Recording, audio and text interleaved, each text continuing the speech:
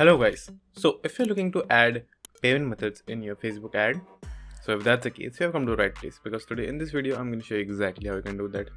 Now, it's a very simple process. So all you have to do is just simply click on this 9 dot icon over here, click on it, then scroll down and you will find Ad Manager. Click on it.